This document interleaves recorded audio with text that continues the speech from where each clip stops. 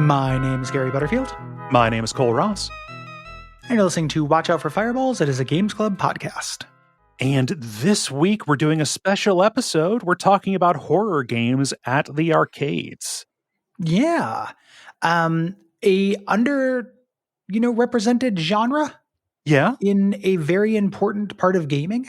Mm-hmm. So we're going to talk about this generally, then we're going to each talk about a few games that we have here, kind of more zoomed out than we usually do. Think of this as a mix between our topics episodes and our regular arcade visits that we like to do.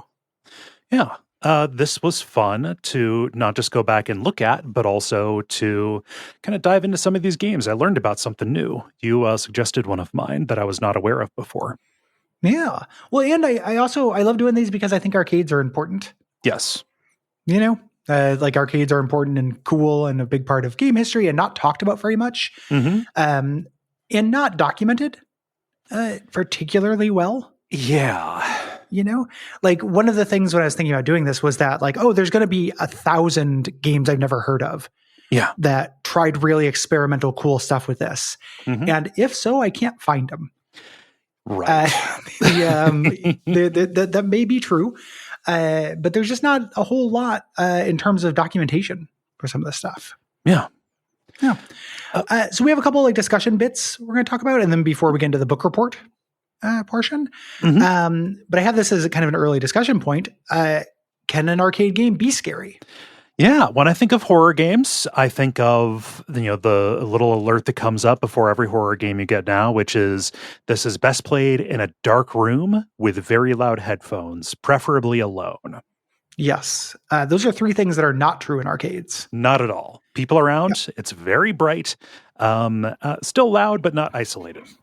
Yes, not even a little bit. Last time I was at an arcade, there was a guy screaming at a pinball machine that he was playing. Just willing it to do what he wanted it to do and calling out every bonus he got. So in terms of actually having an emotional horror effect, probably not, but the kind of second follow-up question after this is, does it matter? Right. Something we do, every year we do horror month and stuff. What is horror other than, divorced from being scary? Horror can also be a set of aesthetics or a just kind of a tone. And I think arcade games, you at the very least get that this is imagery.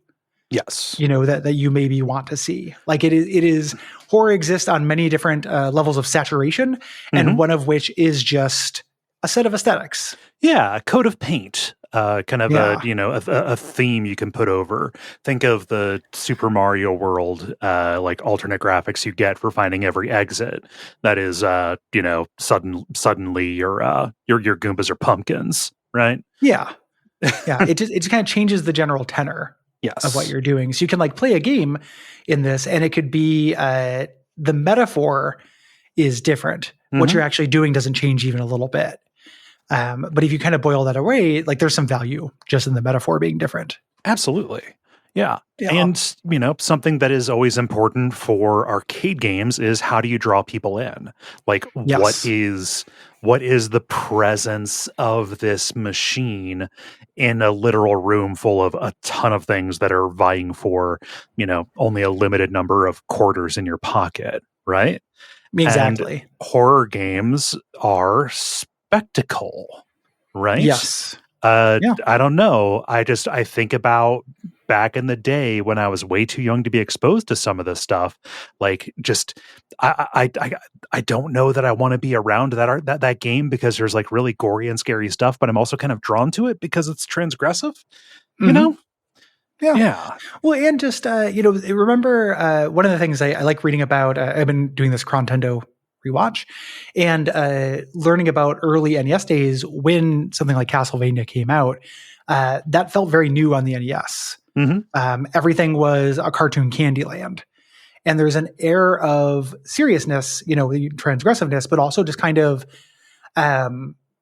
pitching a little bit, more adult feeling. Yeah. I know that's a cliche thing to say because it's like, oh, blood and gore isn't actually adult. Adult is actually arcade games that deal with divorce, things like that. But it's a tonal thing. Yeah. Like, as somebody who likes the flavor of everything or every flavor, I'm not playing a gory arcade game because I think it's actually adult. Mm-hmm. It's just a flavor I like. Yeah. As a thing, like that kind of like that little bit of transgressiveness or a little pitched a little bit higher up in age, as opposed to, what if Bub and Bob can puke up enough bubbles to like get the points? Right. It's a shame. It's a shame that we never got a translation of the Kramer versus Kramer arcade game. Yeah, it was PvP, early PvP, parent versus parent. Yeah. Yeah. Yeah. I guess Family Court is the ultimate PvP server. That they serve subpoenas to parents who are versus parents. It makes more villains than Batman. And, Family Court. Yeah, full PvP. Yeah. So like, horror stuff has the gore, and there's a long tradition of arcade games trying to be controversial and shocking, drawing people in. Like, I don't know that I can find one that is an earlier example than Death Race, the arcade game, but like that drew legislative action. Yeah. The idea that you were in a car trying to hit people, blew people away, even if they did call them goblins, just to make it feel like it's moral. Yeah, we all know them down in your car. Yeah. So just kind of a really brief history of some high points of this. This is because of this zoom out, because we're defining horror as an aesthetic, we've thus made this topic impossible to actually cover. Yes. Because it is just like has ghouls and creepies in it. That's so many things. Yeah. So here are just kind of some like notable bits throughout history. Yes. To kind of hit the highlights. A really, Death Race, obviously, earliest example of something like that using that shock value. Not exactly a horror game, though. No. The first time I saw cool skeletons in a game that I could find is Ghosts and Goblins. Yeah. 1985. This is an arcade platformer. These tend to be based on precision and kind of memorization. Yeah. I might talk about the sequel to this in my highlight section. But they're quarter mentors, so it's not like a platform where you're meant to get through it. In many ways, one of the things that was interesting in playing this is seeing the ways that this is kind of in conversation with Castlevania. Yeah. I never really put that together, but there are like enemies shared between the two. And as the two kind of dominant platform forces of the 80s, other than Nintendo, secondary dominance, it is interesting to see. This was a huge success. And it's just a platformer, but you fight skeletons and ghouls and little creeps and stuff. Yeah. It's medieval in a way, that is different than Castlevania. Like Castlevania does have some medieval stuff, but it's more gothic than anything. Yeah. Like you're playing as a little knight, and there's comedy to this. Like, when you have one hit left, you're in your underwear. It's sillier. It's got a little bit more of that Capcom kind of sense of fun. Yeah. But it's still using the kind of Universal Monsters haunted house kind of shit. Yeah. Yep. Yeah. That was in 1985. 1986, there was Chiller. We have an Abject Suffering about Chiller, the NES port, if you want to go look for it. This game is, 100% shock over mechanic. if you actually try to figure out the story of Chiller, it's pretty great. It's you stumble into a torture chamber and you decide, I'm going to shoot every single one of these people being tortured. Like, it's almost a euthanasia game. Maybe. But you're also trying to torture them more. In doing it. But yeah, it's just you in a shooting gallery. It's an early light gun game. Light guns are going to be the dominant genre for horror in the arcade. And you're just shooting people who are being tortured and to watch their gutties go in places. Yeah, I think there's like 3 screens you can shoot. Like like it's mostly just you're shooting stuff to try and find secrets and see something fucked up happen. Yeah, see little animations. Yeah, of strangers being tortured, but in 1986 graphics. Right. Kind of shading a little bit away from spectacle is one of the games that I zoom in on, but this is, I think, a real tentpole of arcade horror is Splatterhouse. This is a beat 'em up game where every surface is carpeted with torsos. Yes, it is a super, phantasmagorical, like grody game, super bloody. I mean, you play as a Jason XP in this. Yeah. Really notable, tons of gore, more gore than anything for the time. Has this dark twist ending, ends on a down note. In the story, the game, we're talking about the metaphor, the gameplay is it's a beat 'em up. It's just what you're beating him, what the M's you're beating up. Yeah. It's one of the worst beat 'em ups you'll ever play. Yeah. As sometimes happens in arcade things, sometimes they're not good games. Yeah. Of interest to me, I don't know very much about this. I've heard about it, of course, before, but 1988 Haunted Castle, the arcade exclusive Castlevania game. This was hard to get a hold of for a long time. Now it's on collections and stuff. I've never spent very much time with it. No, neither have I. The idea of playing Castlevania in the arcade is really interesting to me. I want to spend some more time with this, but even the home console early horror stuff was making its way into the arcade as well. Yes. The most recent collection, the collection of the DS games, has a version of this that some people have called Fixed on it. Nice. Yeah. Which it makes that out. I need to get that collection anyway. It's just I don't have a lot of urgency around playing those games right now. I have all the games in the collection. See, that's the thing. I don't have Haunted Castle. But it just feels, it feels bad. Like having them all in one place is going to be cool, but yeah. So horror kind of receded for a little bit. And like the early 90s kind of became this time for really leaning on the gore. Like these are things that are very unpleasant to look at. Yes. Like the things happen to bodies that shouldn't. But like in 1990, you get Smash TV and then its sequel, Total Carnage. You also get in 1993 this double hit of Time Killers, the amputation fighting game, which traumatized me as a little kid. And it's impossible to talk about gore at the arcade without talking about Mortal Kombat, right? Yeah. And none of which feel like horror games, right? Like I'm not calling out their inclusion here. It's just the moving to gore spectacle and kind of pure shock without having the spooky layer to it. When I think about body horror in arcade, I also think about Narc. Yeah. A lot. Like Narc has a lot of like really gnarly body horror, even before you fight the gigantic like head floating around. We took a little break there. 1993, a little bit back with Night Slashers. You're a cyborg, you're fighting the undead throughout time. That sounds very cool. Yeah. This is based on Final Fight and not very good. Yeah. Because based on Final Fight, like a pretty bland belt scroller that was huge at the time, but is hard to go back to. Yes. And then in 1996, you get, I think, the defining horror game that everybody first goes to when they think about arcade horror games, right? Yeah. House of the Dead. I have a lot of affection for House of the Dead. Same. I think House of the Dead is cool.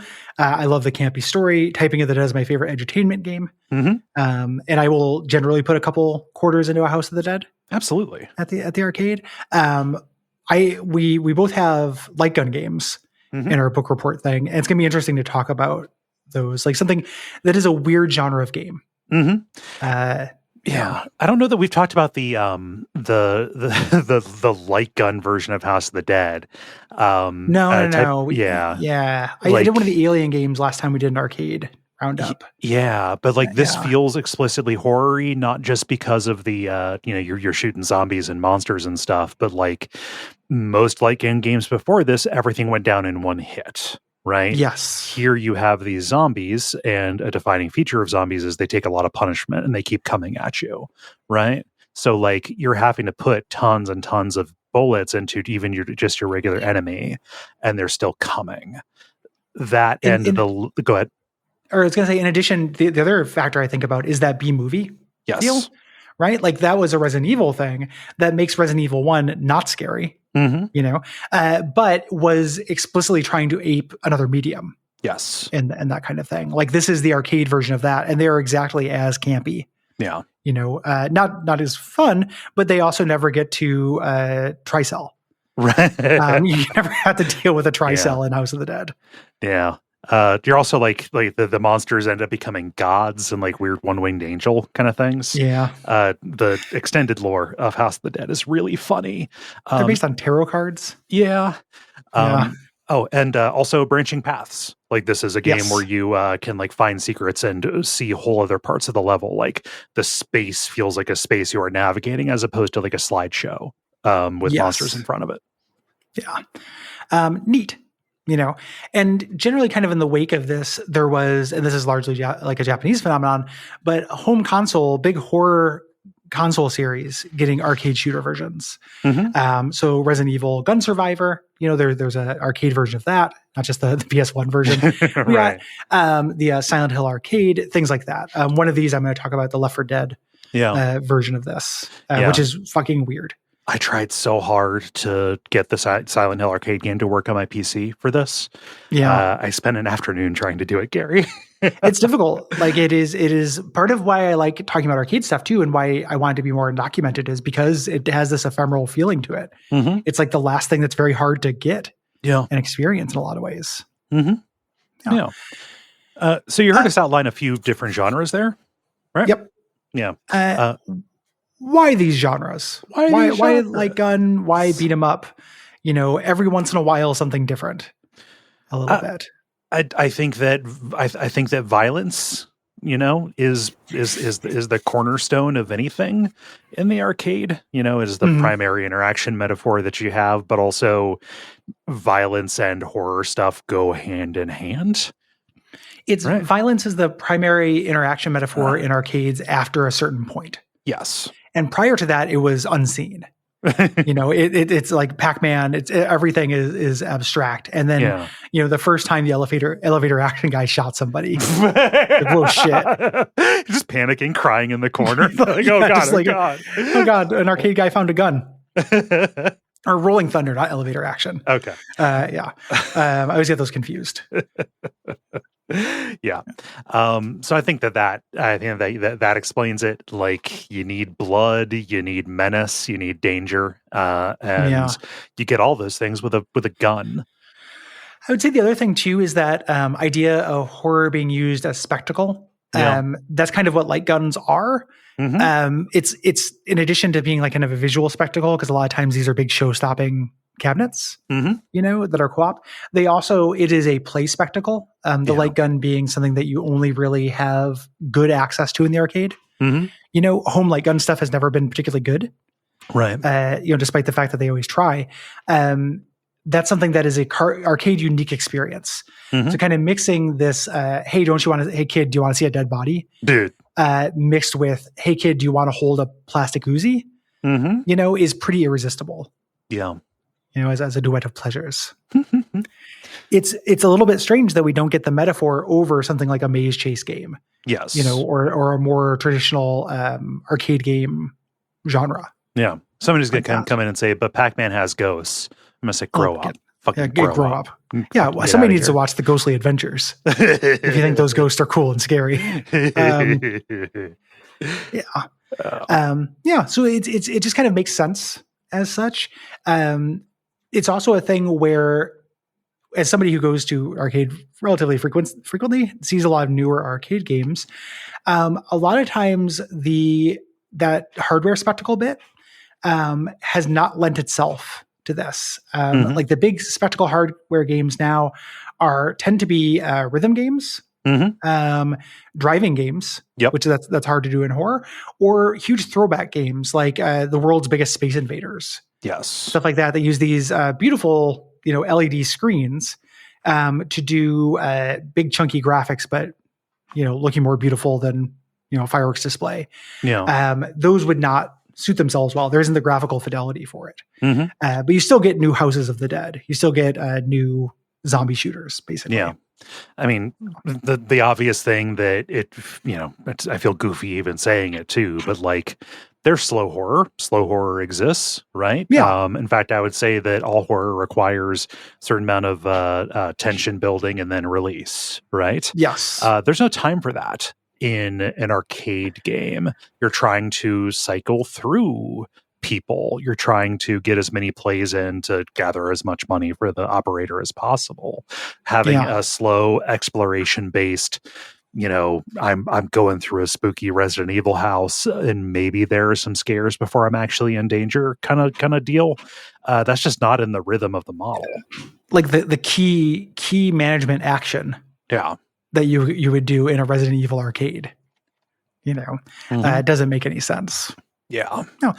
So like our arcade overviews, generally we each chose a few games to talk about and we're going to book report style them. Yeah. We didn't both play them. And you are first. We're going in chronological order here. Yes. Hopefully you don't mind that I made that executive decision. We could also do it differently. We could do it in a reverse order, a random order. We could draw a card. Yeah. No, the chronological is fine.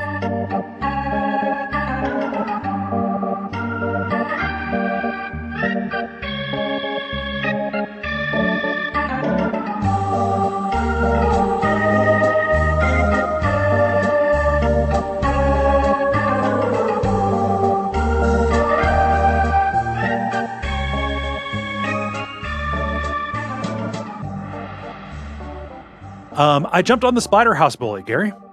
Yeah. Or grenade. Yeah, I didn't think it was a bullet. Like it seemed like Splatterhouse. I would have played Splatterhouse. I like Splatterhouse, or so I thought. I knew that Splatterhouse was bad, and we had talked about it. I think there was one year that we were at Midwest Gaming Classic, and Retronauts, their panel was about the Splatterhouse series, and we were both like, "Yeah, those games kind of sucked." It's fun. One of the ways to think about this whole thing, and whenever you're thinking about arcade games, is like, does something suck, or does it suck on an arcade? In the way that arcade games can kind of suck. Like I love going to the arcade. I love playing arcade games. Yeah. But just the idea that like, oh, this is inherently a little unfair and trial and error.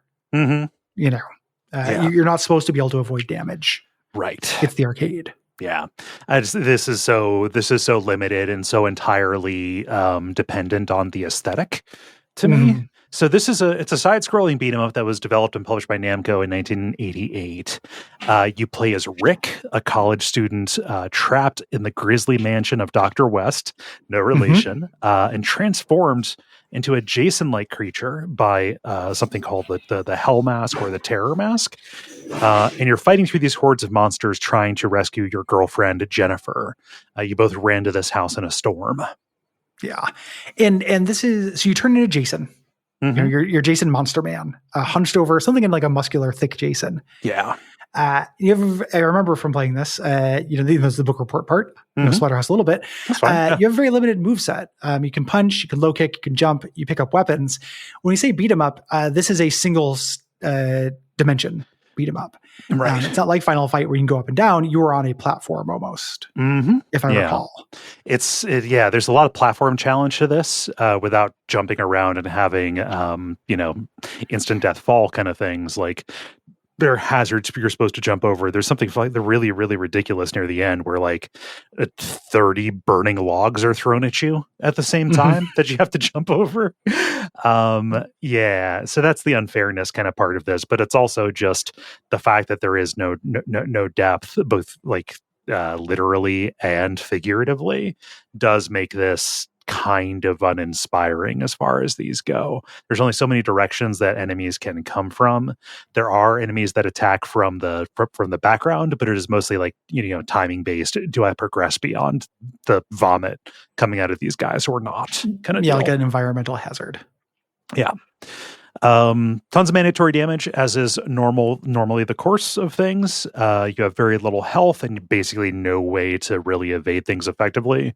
This feels even more demanding than something like a Ghouls and Ghosts to me. just because you are locked into these huge sprites, which admittedly are part of the charm of this. Yeah, having the big character and the big monsters to really see the gory details. Yeah. No time limit. There's just an advancing wall of death that chases you throughout the level. Good motivation. And that those huge sprites you're talking about, that's why you're playing. Yes. You put in a quarter to see some fucked up shit. Hey kid, do you want to see a dead body? Huge detailed sprites that looked amazing for the time and still look good.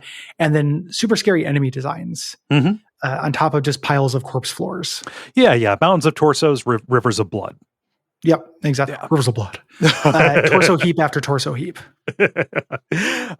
So this was ported to basically everything, and it got 2 sequels, including a parody spinoff called Splatterhouse Wanpaku Graffiti, kind of a chibi version of it. And Wanpaku Graffiti is great. One of the bosses is, if I recall, I always get confused with Monster Party because they both have novelty bosses. Yeah. I think in one of them you fight a tempura set. But it could be Wanpaku Graffiti. That also has very funny bosses, if I recall. Yeah. Wanpaku Graffiti also controls better. Like it's a neater platformer kind of deal. Good developed for the console. Yeah. And also this got a revival in 2010 with a 3D beat 'em up that I wouldn't play with your hands. Yeah. Looks pretty bad. Yeah. Maybe an abject suffering. Yeah. At some point. Walk us through it. What happens when you play this game? This is a game where you go through a series of basements. Each stage kind of has a standout weapon. Like the starting basement, you get a cleaver to chop stuff, but mostly it's just a way to get a little bit of range as you're fighting things that look like Giger aliens and bats who come in at varying angles. And you've got to avoid kind of this vomit from these chained up bodies in the background. Something that I will give the game credit for is the stage bosses are pretty creative. It's not always fight a big monster. Sometimes it is just, here is a room with a danger that you have to survive. Like you climb up into, like your first one is you climb up into a room that is piled with monster viscera and these like meaty mouth monster kind of tremors looking things will leap out from either side of the screen, and you have to like kill them before they pile up on you. That's cool. Which is pretty cool. Stage 2 is just a dungeon. I think it's connected to the other one. It's they're neighbors. Which is funny because like compound. You climb up into an actual house and you think, all right, I'm going to be in the house for this, and then no, I'm just in a dungeon again. Yeah. The timing challenge in this, there's some like these homunculi who drop down from ceilings on ropes. And then you go into a flooding area to fight black lagoon monsters that pop up like right in front of you. They don't come from the side of the screen. They're just blah, here you are. It's like a reflex test while you're jumping over spike balls that kind of emerge at irregular intervals. It's hell. Yeah. Ugh. Yeah. Who is the boss of this? It is a poltergeist. You climb up into another finished room. It's like a whole room full of furniture decided to attack you. That's nice. I like that. Yeah. So like you're fighting like avoiding like dining implements that are flying at you. Again, that divorce game, the arcade game we pitched. Yeah. And eventually, when there's nothing left to throw, the ghost materializes and then flees. It's cool. Yeah. Looks like you go outside at some point. You do. You go out into the woods here. Yeah, you go into the woods and you're fighting zombie dogs and fetuses. Occasionally there's a silver puddle. Alex Mack is coming to get you. And this is where you get the most different weapon. You find a shotgun that has limited ammo. So you're kind of going from shotgun to shotgun. Yeah. Yeah. You fight a dude with chainsaws for hands, and then you're back in the house with mostly rerun enemies. The boss for this is you're fighting a mirror version of Rick. You're walking past these mirrors, and you have to pay attention because the version of your character that is slightly different color than you will burst out of the mirror and attack you. So like you have to pay super close attention to know when to be ready for him to attack as you are progressing to the end of the room. That sounds sick. Yeah. It's one of those things where like if I'm not playing it, it just all sounds super cool because I'm just getting the highlights. Yeah. You know? I'm mostly just describing the aesthetics. I assure you, before and after this, you can punch and you can kick and you can do a very not good jump. Yeah. You go through a cathedral and a haunted library. And in the haunted library, the poltergeist is back, so you're breaking hopping chairs. Are they those specific Chinese hopping chairs that are really scary, or are they regular hopping chairs? I don't know about specific Chinese hopping. I was making a joke with the Chinese hopping vampires. Oh, okay. That didn't do yeah, like for like Phantom. Yeah. Yeah. That was a Phantom Hunter for NES. Yeah, I get it. You got jokes. That's all right. Yeah. You go through another flooded area trying to fight zombies while a ghost that is pretty much just Chakan the Forever Man harasses you. And then you start getting out, like you actually find your girlfriend. You arrive, you're back up in the house, and your girlfriend Jennifer is lying on this couch, and you chase these zombies away that are kind of surrounding her. Don't like that. But she morphs, like she turns into a big scary demon who like leaps around and hits you with these extending claws. And occasionally will morph back into herself and beg for help before turning back into the monster.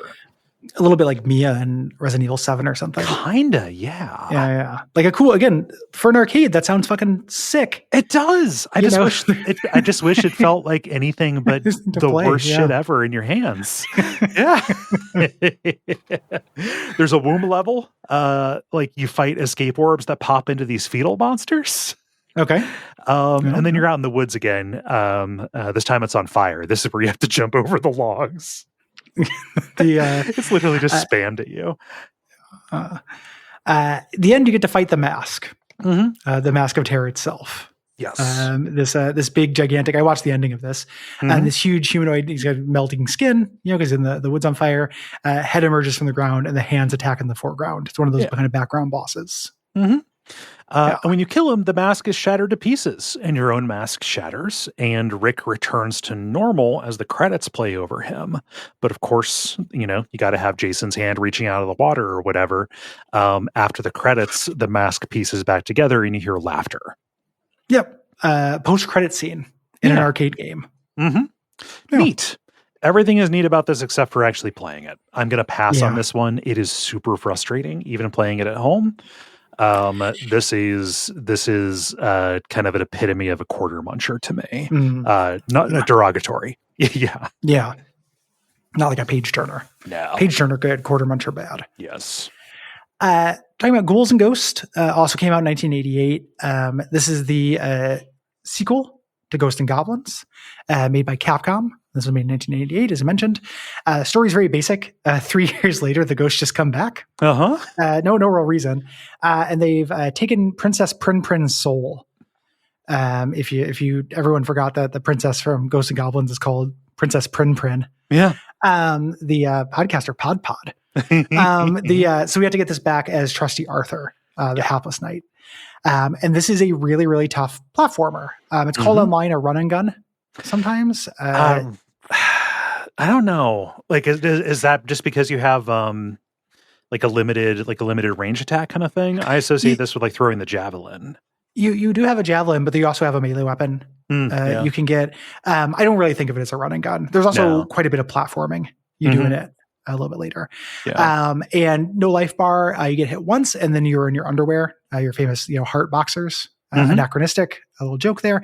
You had to get armor better, or get it back rather. Gameplay in this is focused on memorization, basically.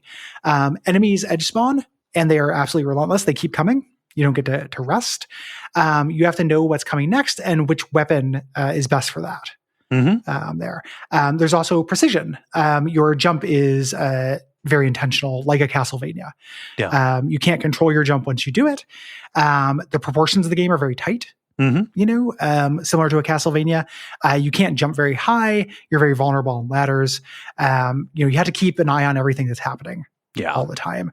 Castlevania generally doesn't have unlimited spawning enemies. No. The arcade part of this is what's hurrying you along and changing it from like a caution platformer to something more frantic. Yes. Try not to have those things pile up on you. Yeah. Yeah. Tower of Daruga or Milon Secret Castle or whatever has done so much damage to video games. Yeah. This has a bunch of old video game shit where you just jump in random places to make things appear. Yeah, I don't like that at all. In addition, you have to beat the game twice. Nope. Does that come back? Like that was in Ghosts and Goblins too, right? Yeah, this is kind of the cool trick. It's not like a remix mode or anything. It's just the you game get to again. the end. Yeah, well, an old man says you needed a special weapon, and now that will spawn through it. So you have to have that at the end. Okay, but you can't just like go find it. You have to go through the entire thing on a loop. Jeez. This looks great. Everything looks really, really good. The animation's very charming. Arthur looks great in his underwear. The way he jumps. If he's in his underwear, he gets hit. He just turns into a skeleton and flies back. It looks wonderful. The monsters look great. Yeah. And the music is really good. Music's composed by Tameo Kawamoto originally, and then in the 80s PC ports, if you want to hear some cool, super cool versions with the C64 stuff, Tim Follin did arrangements of them for cool 80s microcomputers. And this was ported to everything. Yeah. I specifically remember the Genesis version. That's the one that I played. I played this on a rental when I was little, and I lost my mind with it. I was like, this is impossible. It's really fucking hard. Yeah. Again, you play with unlimited quarters, at home, and you eventually get it. Yeah. So level 1, you start in a graveyard. I love how the demons took the princess, but you also live in this like weird hell dimension, just generally. Yeah. And it's a troll kind of thing immediately. Like right away to your left, if you jump, a chest will spawn. If you open the chest, there's a magician. He'll turn you into a duck for a little bit. That is kind of the eggplant wizard. Of this. It's not a problem. You can kill the magician before he shoots you. You just have to be, they're basically mimics. Yeah.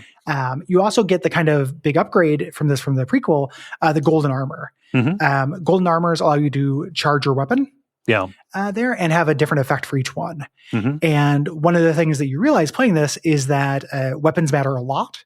And they don't cover, like there's not a linear progression of better ones. Like there are weapons that are better generally, but they do different things. So like you get the axe, it fires an upward arc, but hitting something right in front of you is kind of tough. You get the sword, which does good damage, but is only melee range. Yeah. And getting one overwrites the other, right? Yes. And the game is very trollish in how it positions them. You will accidentally get, shunted back to Lance, which is fine. But you'll get shunted back to Lance when you don't want it.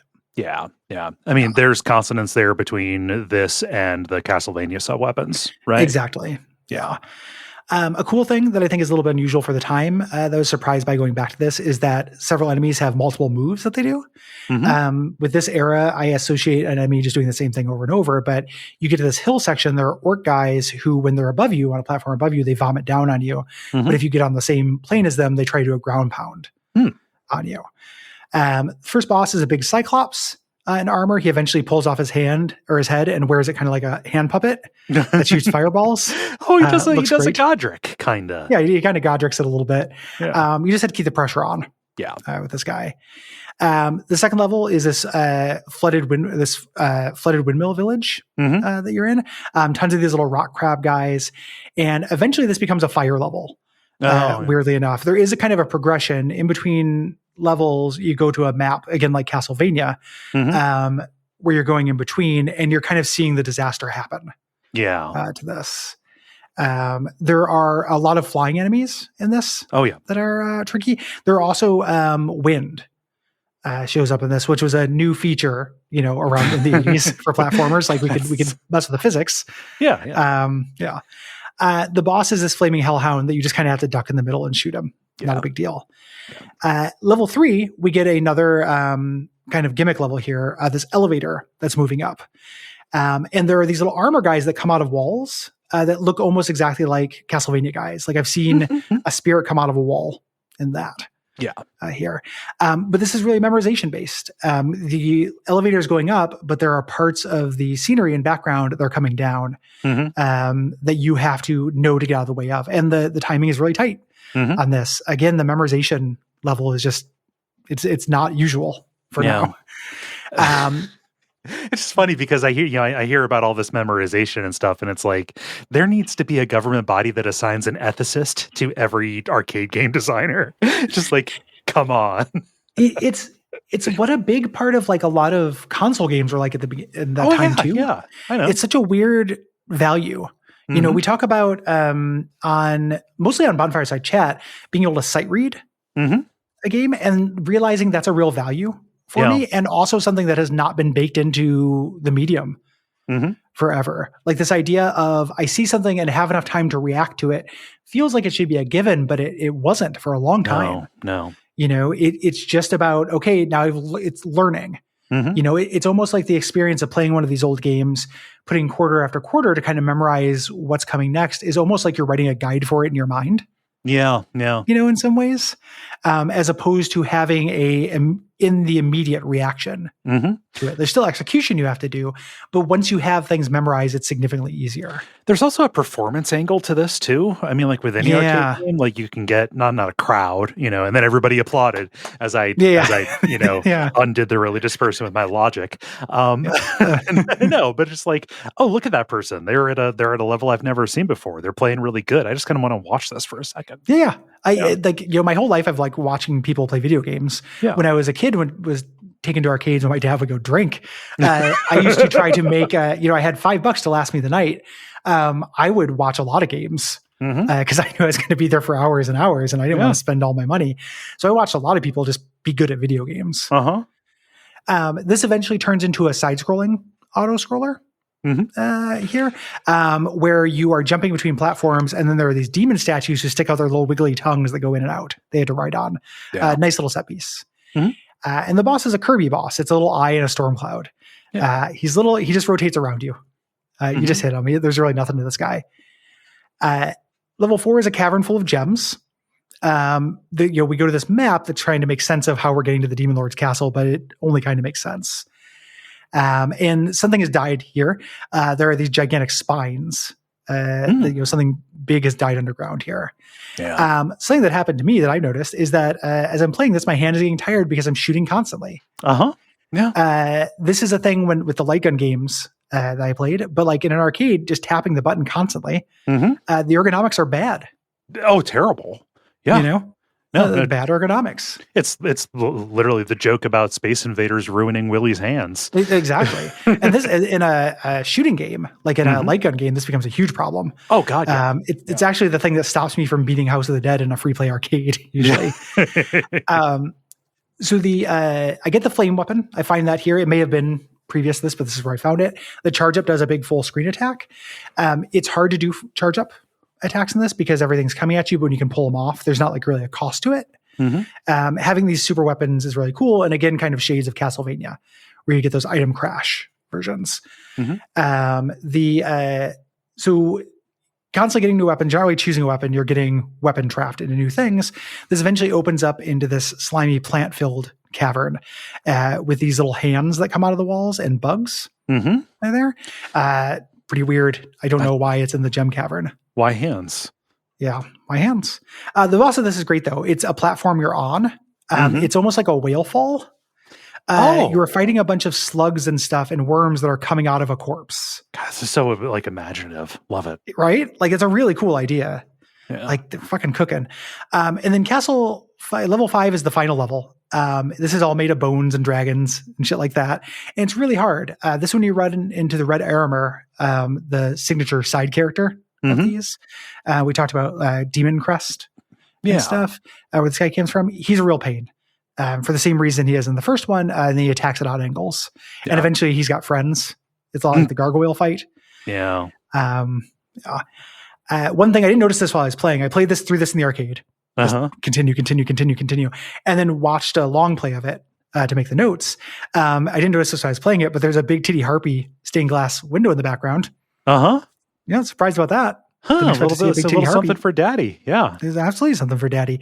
And then a mini boss guy, he's kind of a version of the first one. We're kind of doing a little bit of a boss rush here. Yeah. We're going to see the hand that was holding the head that was shooting fireballs. That's just sticking out of walls. Okay. And stuff. And little storm clouds, like the storm cloud Kirby guy. Yeah. the boss is this big Beelzebub guy, like this big fly guy who goes down really quick. And then a wizard says, you have to do the game again to beat Lucifer. And I'm not going to do that. No. Yeah, so I stopped. I had unlimited quarters, but like, I was like, my hand is tired. Yeah. Like I'm sick of tapping the button. I'm 30 or 40 years old and I don't need this shit. I like the way this feels in the hands. I like a lot of things this does. And I've always had kind of a weird fascination with this game. Like I played the Genesis version at my cousin's a lot. And it was just like, it looks really good and the music's good. It always really, pulled me in, but it is too frustrating. Yeah. The way you get a version of this, I think now is kind of maybe those like Prinny games where they're ultra hard. That's a good call. Yeah. Like set jump arc, ultra hard platformers, but they're made to be beaten. They're made to be played. In 2024, this one's a little bit tricky, like to recommend. I would say, I think I may be a little warmer on it than you were on Splatterhouse. But I wouldn't, if I were going to play it again, I would do it the Genesis version with like save states. Yeah. Rather than just kind of continuing, learning a little bit about the level and then just, hitting the quarter button time and time again. Yeah. No. This sounds like imaginative and cool to me. It is imaginative and cool. Yeah, for sure. So, I mean, I will take that, even if it is kind of a cartoonier version of, I will take that over Splatterhouse's, grimy, not realistic, but kind of gritty version of, just gore horror any day of the week, especially if the game is a little bit better, which it sounds like this one is. Yeah, I like it. It is a good game. Feels good in the hands, especially if you like that intentional jump. Yeah. Old school intentional jump, which I do. Yeah. Jumping forward 10 years, I wanted to have a light gun game. I didn't want it to be a House of the Dead, and I couldn't get Silent Hill, the arcade, to work. So I decided to jump into something that I have not heard talked about very much. Talking about CarnEvil. Yeah. Yeah. The evil of carnies. This is a light gun game that was developed and published by Midway in 1998. Kind of an answer to Sega's House of the Dead, but kind of was in concept way before House of the Dead came out. The story is way more involved than it needs to be. Some teenagers in Iowa are on a hayride. How universal is the concept of a hayride? Apparently pretty universal. I don't know if kids today are doing it. Okay. But every time, we're in October.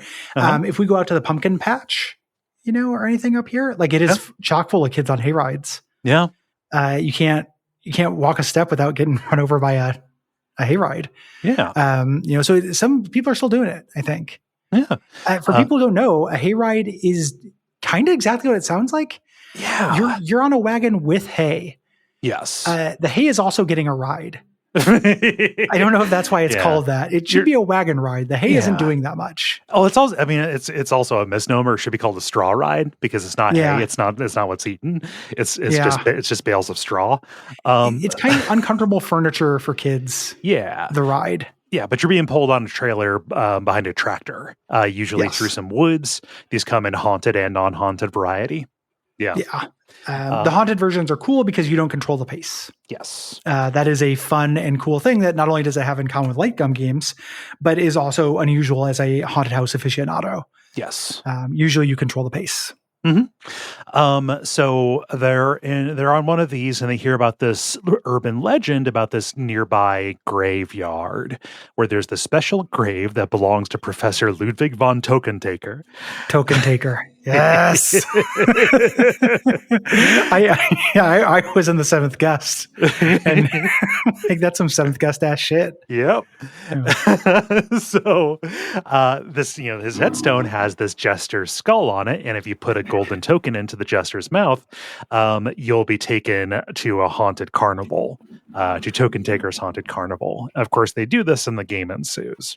Yes. You're playing as a teen trying to survive this ordeal. It's a light gun game. You're shooting your way through 4 levels of monsters that seem to have been pulled from some of the edgier pogs to have ever been printed. It is full of like haunted pumpkin juggalos and shit. It's real juggalo coded. Yeah. Yeah. So this is not fully real-time 3D unless it's a little bit less impressive than House of the Dead. The backgrounds are these pre-rendered CGI videos, and enemy models are these chunkety 3D models that are kind of designed to blend in with them. What makes this stick out in the arcade, at least did for me, was the design of the guns. This is from a time when our light gun games started to get weird with it. See, Time Crisis is force feedback, with the slide that kicks back, which is real cool. These were shotguns. You reloaded by pumping them. There's also versions that have pistol controllers.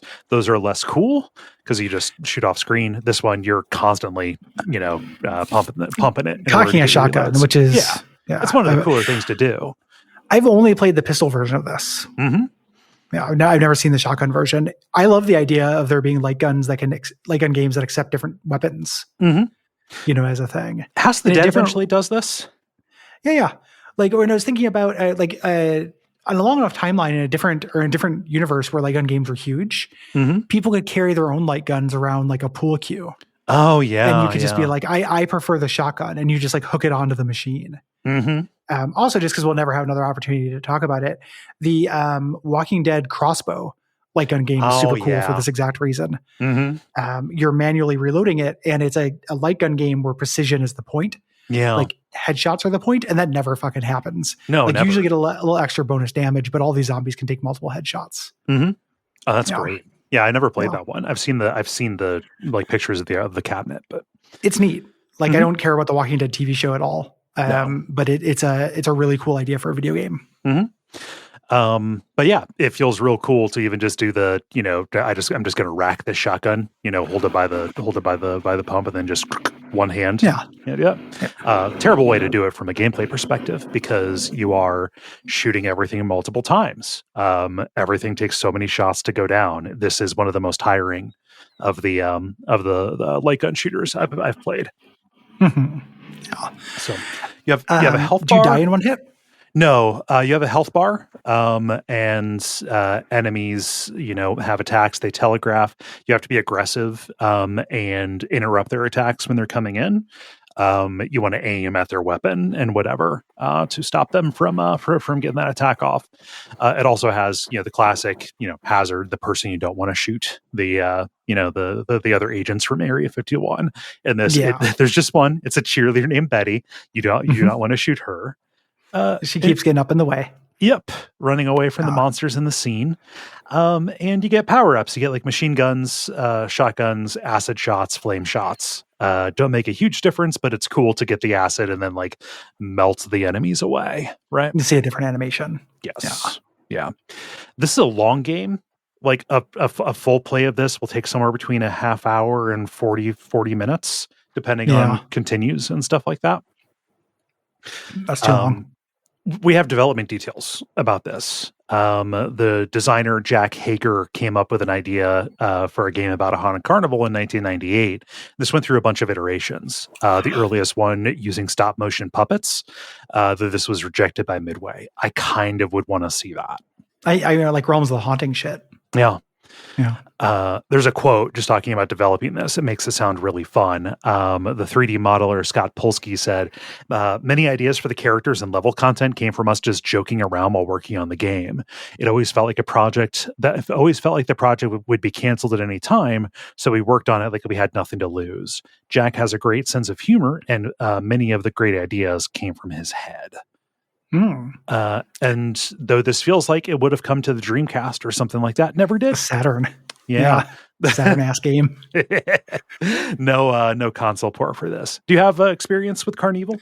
Only I'm sure I put a couple quarters into it. Yeah.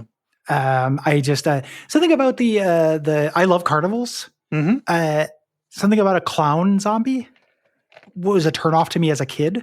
Okay. Like now I could kind of get into it even despite the juggaloification of everything. Okay. This two great tastes great together. Who gives a shit? You're shooting around a merry-go-round.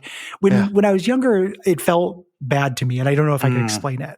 So I sought out different, I played Area 51 as a kid. Like I'll shoot aliens. I played Revolution X. I'll shoot Aerosmith's enemies, but I didn't, I didn't want to, for some reason, the clown theming of this turned me off. So I've only played this a couple times. It's obnoxious. It's really obnoxious. Also, like the mascot for this, Umlaut, the clown head, is kind of constantly doing like sub replacement level. It's like Crypt Keeper, but below the Mendoza line. He's a serial killer clown. Yeah. Coming out and doing little monologues at you. It's very shrill and grating. Yeah. So you can play these 3 levels in any order, but you need to beat all of them to unlock the final level. I'll just talk about them as they're presented. These levels are huge. They span like multiple biomes. Like you get the haunted house, but like this goes like outside too. And it starts out pretty standard. It's a spooky mansion. You've got, zombies breaking out of walls and stuff like that, coming downstairs. Just shambling zombies, but you run into hallways that are overtaken by spiders. And you're attacked by Hambone, a Jason-like ogre with a Gatling gun arm who takes so many shots to go down. That's classic Hambone. Just like Hambone.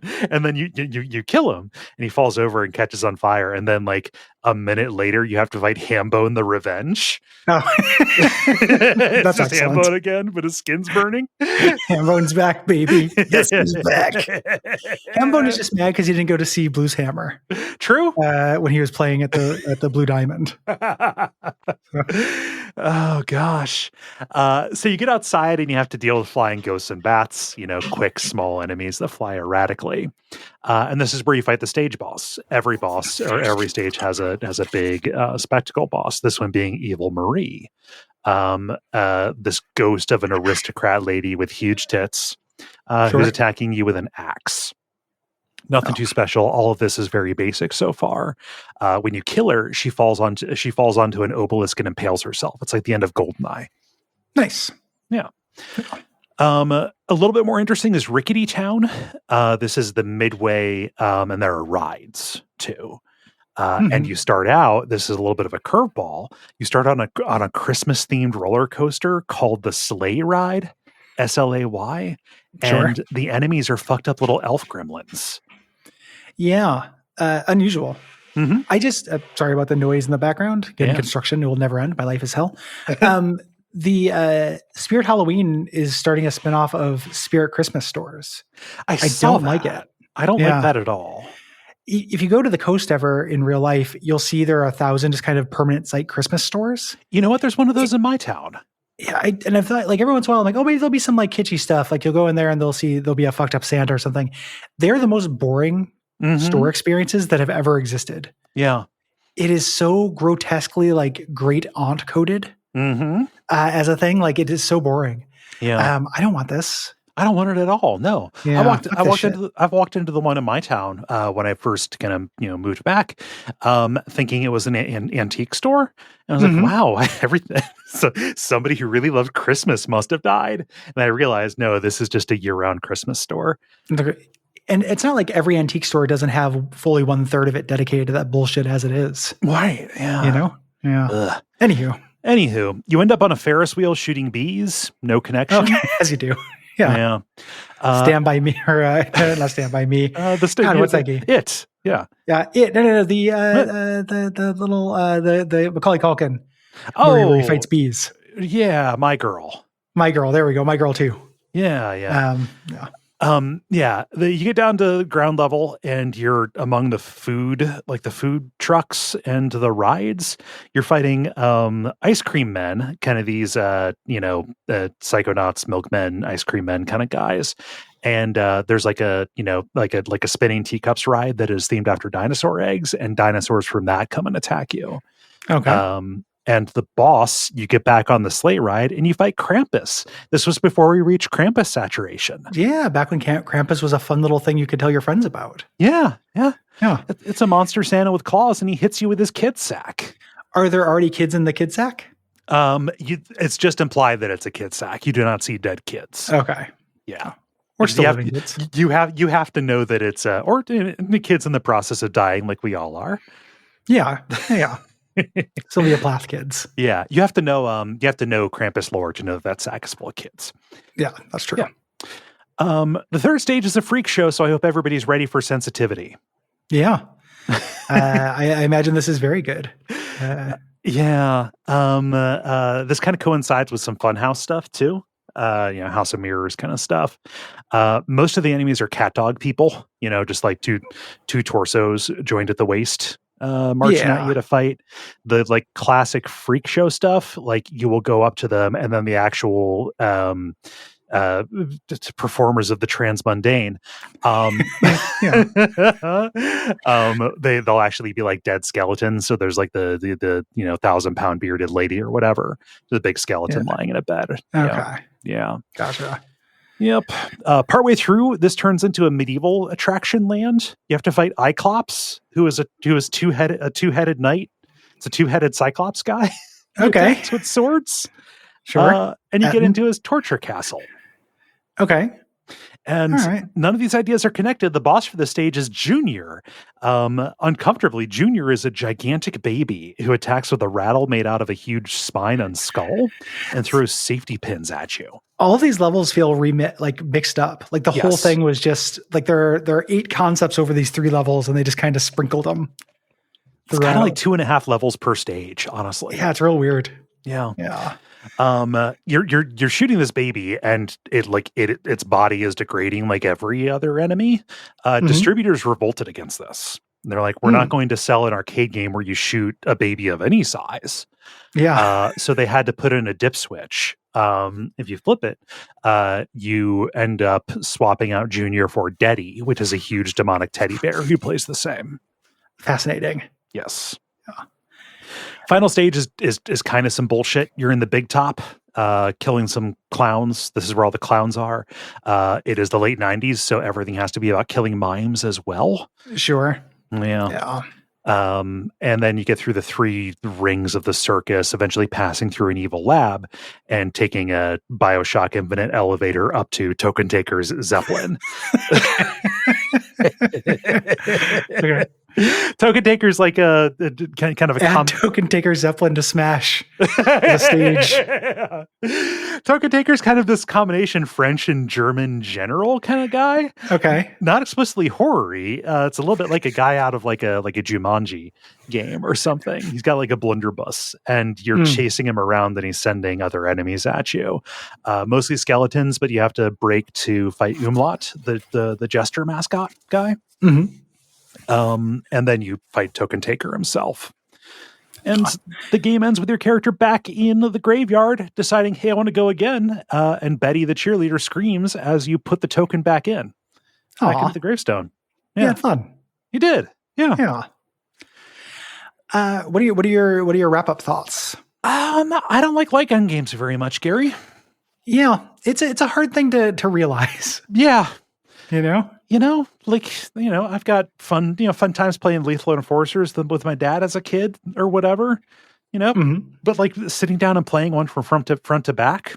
Like I remember doing this with my friend at the county fair. There was like an outdoor arcade, in a tent where they had CarnEvil, and it's like, oh my gosh, this is badass. We were like 13, 14 years old when we did this, and we put I don't know how much money into like beating this, but it took like a whole afternoon. And your hands, it's just not it's there. Ergonomically unsustainable. Yeah, and pretty one note. It's a lot of just shooting stuff before it can attack you. And this doesn't really have a gimmick. Like post House of the Dead, like I want a branching path. I want something a little bit better than just the imagery, as goofy and crass as it can be. Yeah. Rather than having you do 2 of yours in a row, yes, let me do my warning real quick. Yeah, let's do your warning. Yeah, I'll do my warning to kind of I'll do my short ones. Yes, here real quick, because one of them I meant to play entirely and didn't get the real experience. But this is just something I played. I want to talk about. There's Luigi's Mansion arcade game. Yeah, this came out in 2015. I had no idea. It's almost 10 years old. Very surprised. In Japan, this is made by Capcom.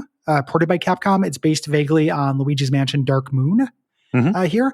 And there's a Nintendo room at Next Level Games, the big arcade out in the suburbs that I went to prepare for this. So I was like, oh, cool. Like, that's a neat idea. I'm going to cover this in full. It's spooky horror. It's not, it's cute horror. I'm like, oh, super good. This game is not good. Yeah. It's real weird. You get in the cabinet You have the Poltergust 5000. That's real cool. You can play co-op, but it's a really strange game because it's a port of a 3DS game. It's kind of a rail shooter. Like, you can't move your character around. You still rail shoot. You have to stun ghost. You have a flashlight button. And then like a proton pack. You vacuum. They struggle against you. You pull them the opposite direction. Right. Luigi's Mansion shit. It's really easy. It's really slow. Professor Gadzooks or whatever is constantly stopping to give you tutorials. Oh my God. Which, like, when's the last time you played an arcade game where like a guy constantly stopped to tell you what to do? Yeah. And the tutorials are bad. They don't tell you how to play. There's a thing where there are little item find things where you have to turn on your dark light. And the instructions for flipping on your dark light is you tap your flashlight, but the motion that it shows you is unclear. Okay.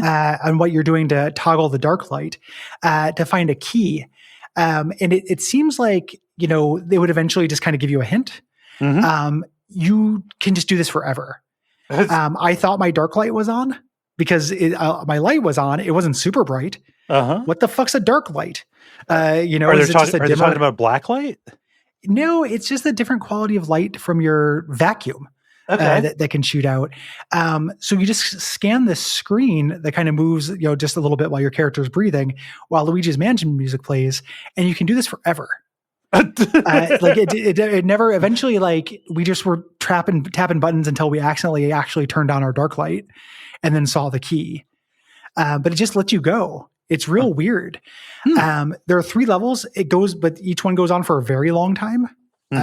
We beat the first boss, which was just a different kind of ghost. We didn't die. Okay. Not once? Not once. It's really boring and bad. Yeah. It does not work. In some ways you could say it's a good value, and it's one of those games that like would cost $1. Yeah. In a non-free play arcade. You do get to play for quite a while, but it's not very fun. No. Other than the novelty of holding the Poltergust. That it kind of should be a layup, right? Yeah, I would think so. Yeah. But like, I don't know. Luigi's Mansion without the exploration does feel a little bit like a bummer to me. It does. Yeah, it doesn't work. Yeah. Like the Ghostbuster proton pack mechanic of pulling against which direction a ghost is going is kind of interesting.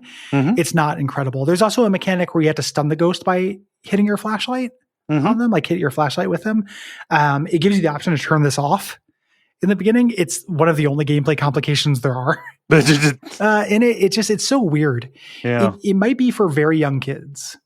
That makes sense to me, but I don't know. I kind of want to, I want it. I'm an adult and I want it.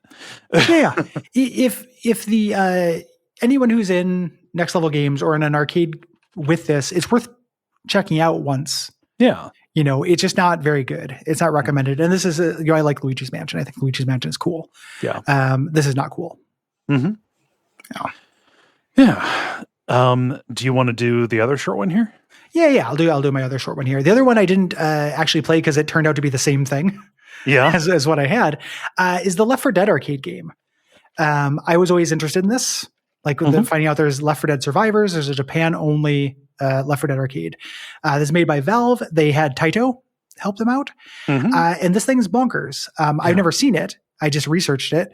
This is an arcade cabinet with a mouse. Yeah. They did not translate this or anything. You just sidle on up to the computer. Yeah. It's and it's like you're playing it. This was online too. Yeah. There was a tease for this that it was a live action commercial with actors in Japan facing a zombie breakout. They kept calling it Project Z, and everyone thought this was Left 4 Dead 3. And going to take place in a different continent, and everyone was super psyched. It's not. It's just this. But they wanted Left 4 Dead to get into Japan because Japan does not like the PC or the Xbox very much. Yeah. We needed to actually get some saturation there. So this game is very weird and unlike any other arcade game. You don't have lives or anything. You paid for time, so you put in $5 and you get 5 minutes or whatever. I don't know the exact proportions. Yeah. Like those Play Choice Nintendo machines. When you pop in, you get to choose your difficulty. It doesn't have an arcade. It's not incentivized to kill you. Because you're paying for the time. So you can say easy, you can say hard, whatever you want. You're just renting this PC game. Yeah. because it had this online system called Nessica.net, which allowed you to carry an online profile from arcade game to arcade game. It was integrated with cosmetic items your characters purchased with ZG points, which you got from ZG bags that you found in the level. Okay. And if you want to check this out, you probably won't find an arcade version of it, but it's on the Steam Workshop. This has been ported into Left 4 Dead. You can play this on your PC. The changes they made, so it's America. It has the same scenarios from Left 4 Dead 1 and 2. But the characters are reworked to appeal to a Japanese audience. So we have Yosuke, a Japanese college student, Haruka, a Japanese high school student, Sarah, a Japanese American tour guide, and the oldest of the bunch, Blake, a bartender who's like maybe 21, an American guy. When I first read that, I was reminded of that Average Knot, the moon landing Simpsons, where it's like a mathematician, another type of mathematician, and a statistician. The random infected wear more casual clothing. Was one of the changes made. And you just go through Left 4 Dead kind of in reverse. You go through Left 4 Dead 2, then the interstitial levels, and then the Left 4 Dead 1 campaigns. I don't know why. Yeah, I would be very curious to hear that. Yeah. In addition to paying for time, there is a timer on the level. The UI is really busy now. And if this timer runs out, the game just spawns unlimited tanks.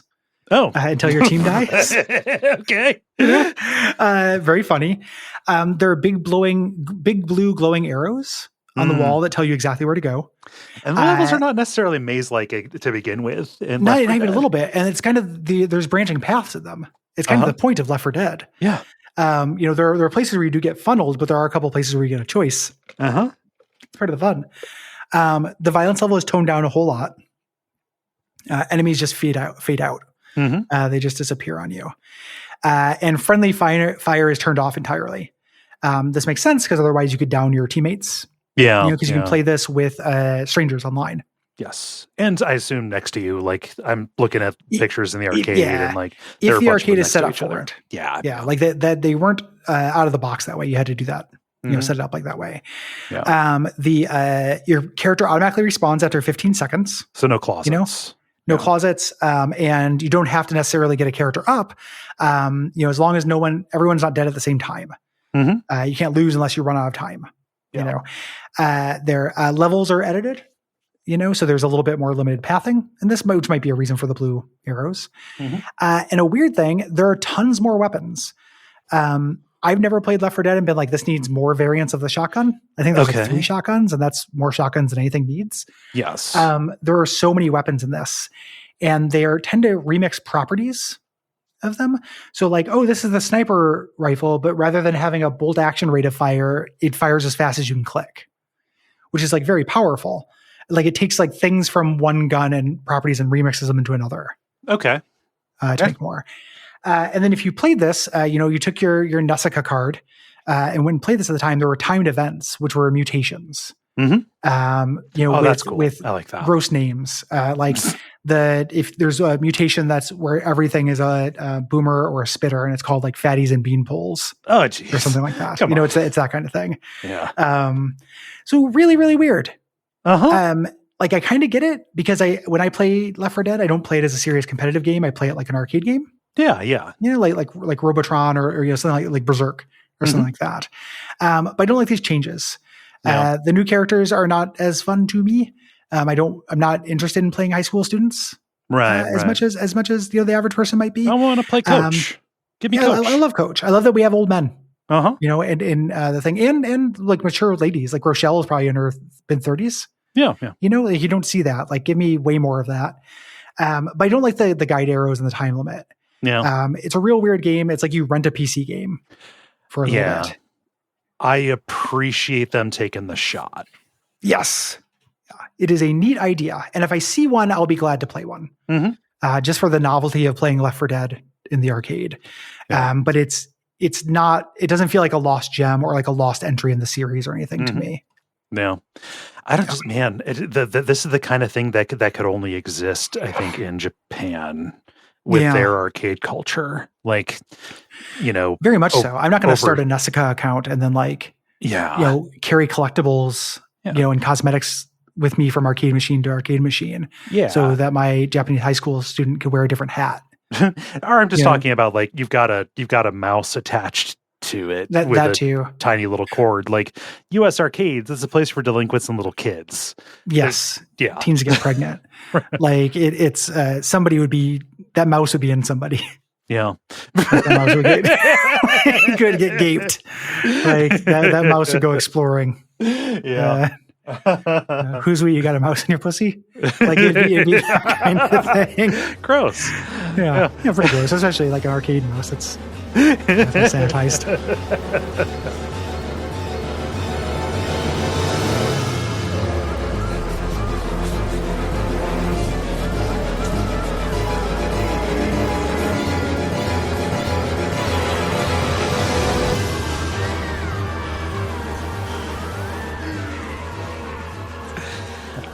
These next two are games that we've both played.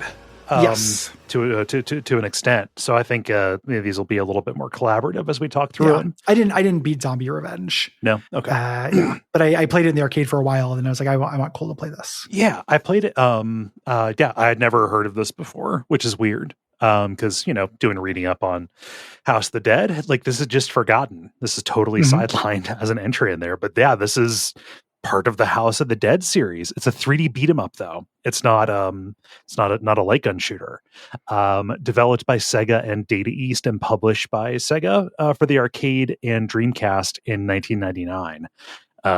From that Dreamcast launch era when you had a couple of things coming out basically in parity with each other. Yeah. You play as one of three agents or all three at the same time of the AMS, the good guy agency from House of the Dead, who are dispatched to defeat Zed, a Bishinen fuckboy guy who is the leader of an organization that destroyed a city by unleashing an undead virus that turned everybody into zombies. The thing I noticed when I played this was how it felt like an alternate universe Resident Evil.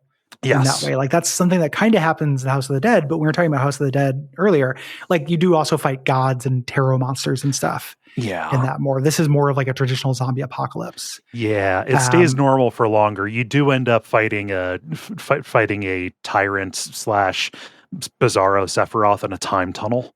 Okay. There's a time tunnel involved. I'm glad you have here in the notes that's in the vein of Die Hard Arcade, because that's what I was thinking of when I played it. When we say 3D beat 'em up, not like a final fight where there are just multiple. There's a Z axis to the belt you're scrolling on, but more it's polygons, and you kind of have like a more traditional 3D game. Yeah, it's like Die Hard Arcade or Dynamite Cop. Either of those, specifically because you have your melee attacks, your combos that you can do.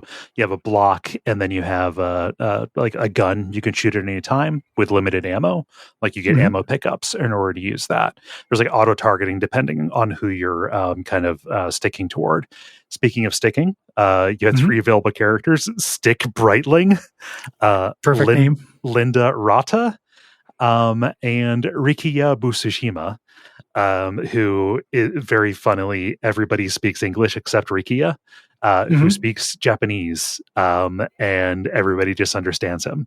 It's a bilingual organization, AMS. Yeah.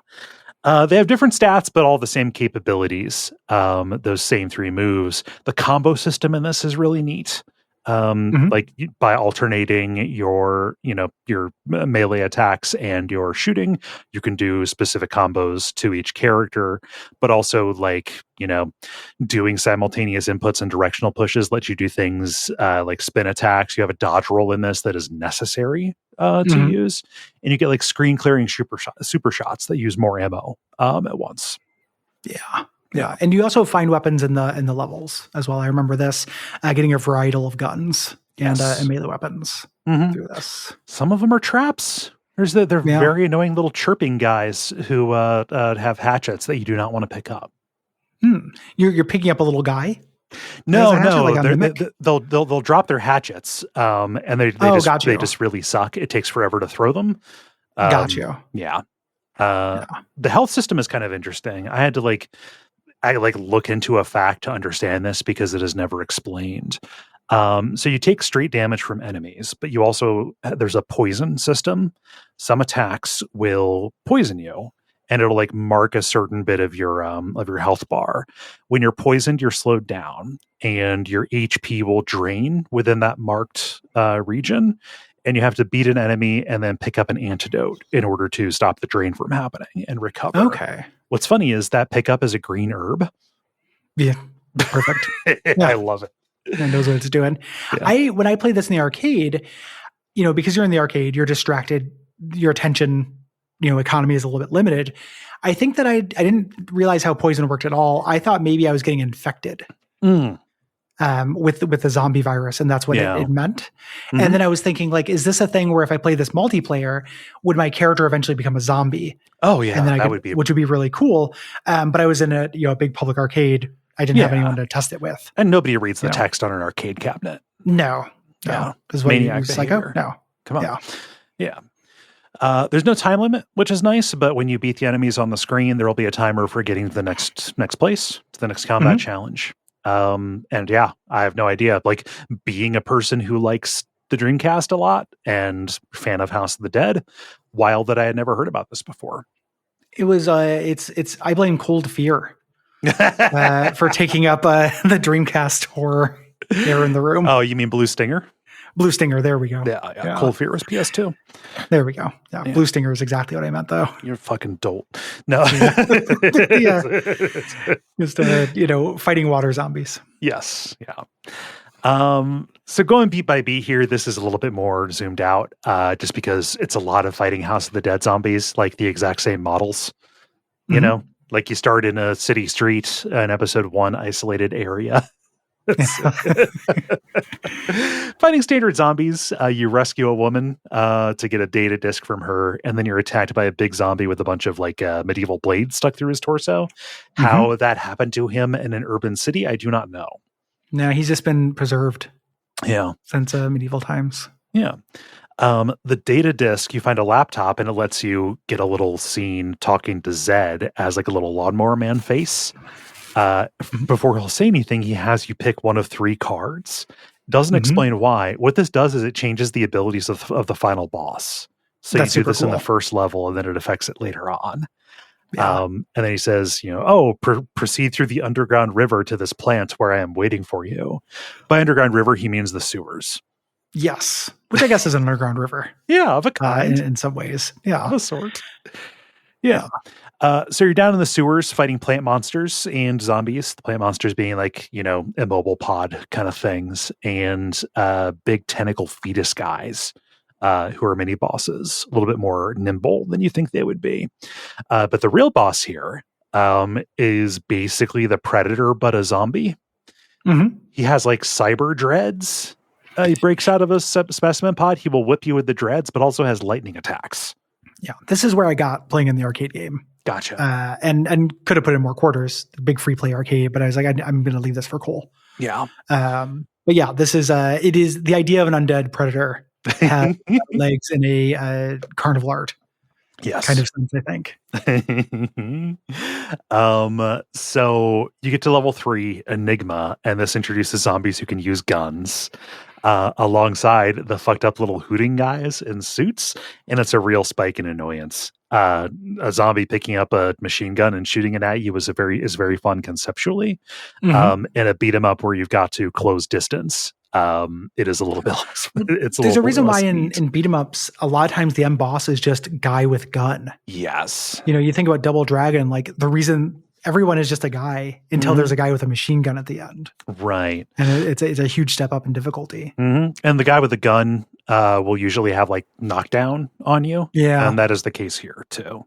That is a bummer. Yeah. Spike in annoyance here. You get through and there's a rescue chopper who comes, but you have to defeat a set number of zombies in a limited time before you can escape. So it's one of the few timed combat things. And then you get to this level, Terminus of All. Zed is rushing a load of the virus to this railroad terminal named Cassandra. Sure, why not?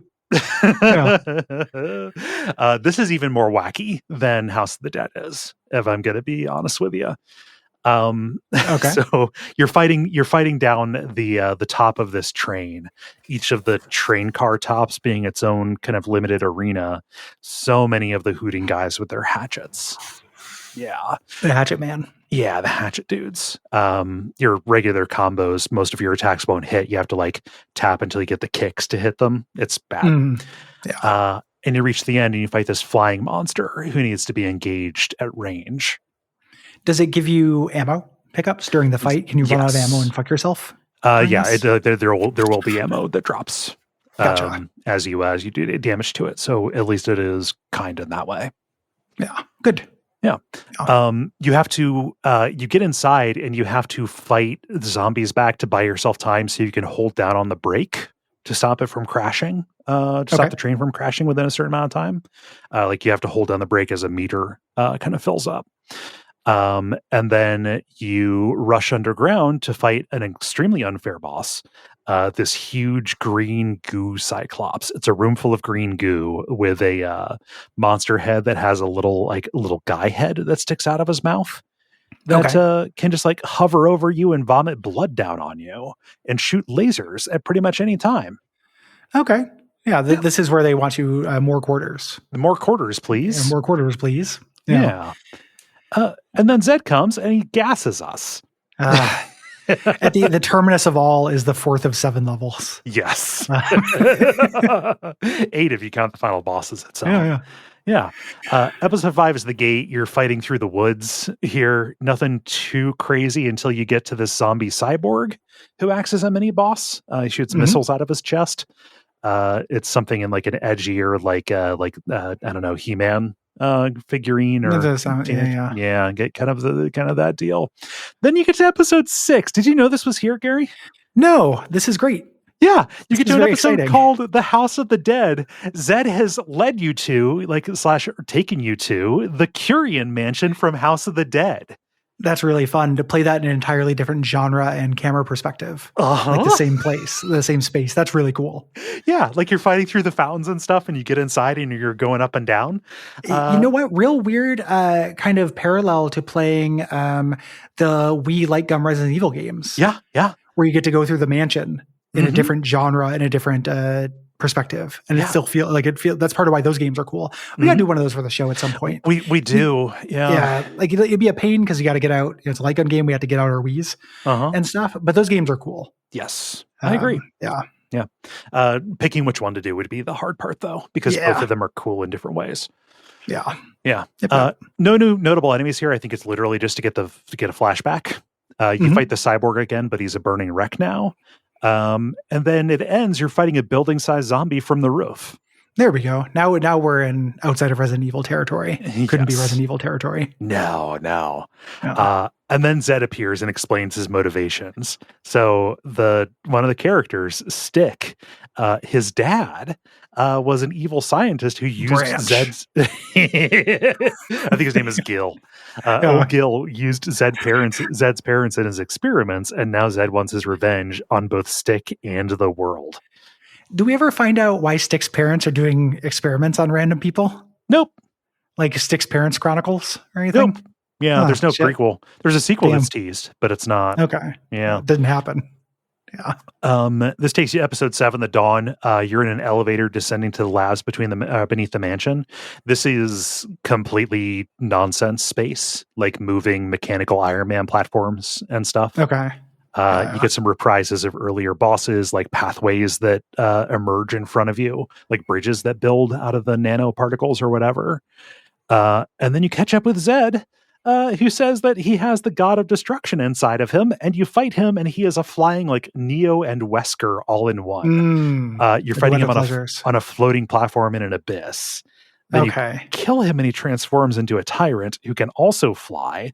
And this is where you're fighting him in like a cosmic like screensaver level. That sounds cool to fight against that, not in a beat 'em up mechanics, in like the mechanics of Die Hard 3D. Yeah. That sounds rough. It's pretty rough. He flies, so he spends a lot of time attacking you with you being unable to attack him back. Everything blows up and it ends with a sequel hook. Your chopper guy comes and says, "Hey, Zed's attacked a ship. Get in." Okay. Zed, you mean the guy I just killed? That was a false Zed. It's a now you have Zed. to do the other chronicle. When false Zed's attack, it's time to do the other chronicle. Yes. T-shirt idea. Yeah.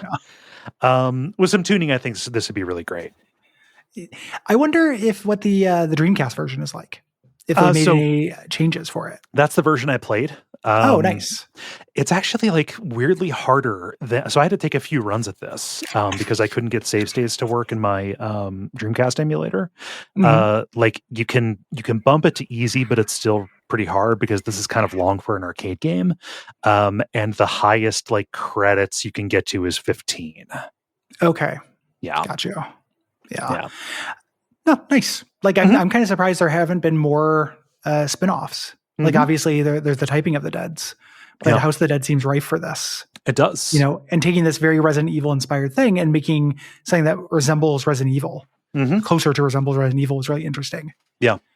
It's also unlocking the Resident Evil melee thing, True. like how melee always kind of sucks in Resident Evil and Resident Evil likes. Making a beat 'em up might make it a little bit better. Yeah, there have been attempts at that, like the Overblood games and whatever. Yeah, but they're just not very good though. Right. Like in my opinion. No. Yeah, nice. Final thing we're going to talk about. This is something we've also both played here. This is the thing that made me want to do this thing. It's a game called Dark Escape 4D, and it came out in 2012. Yeah, this rules.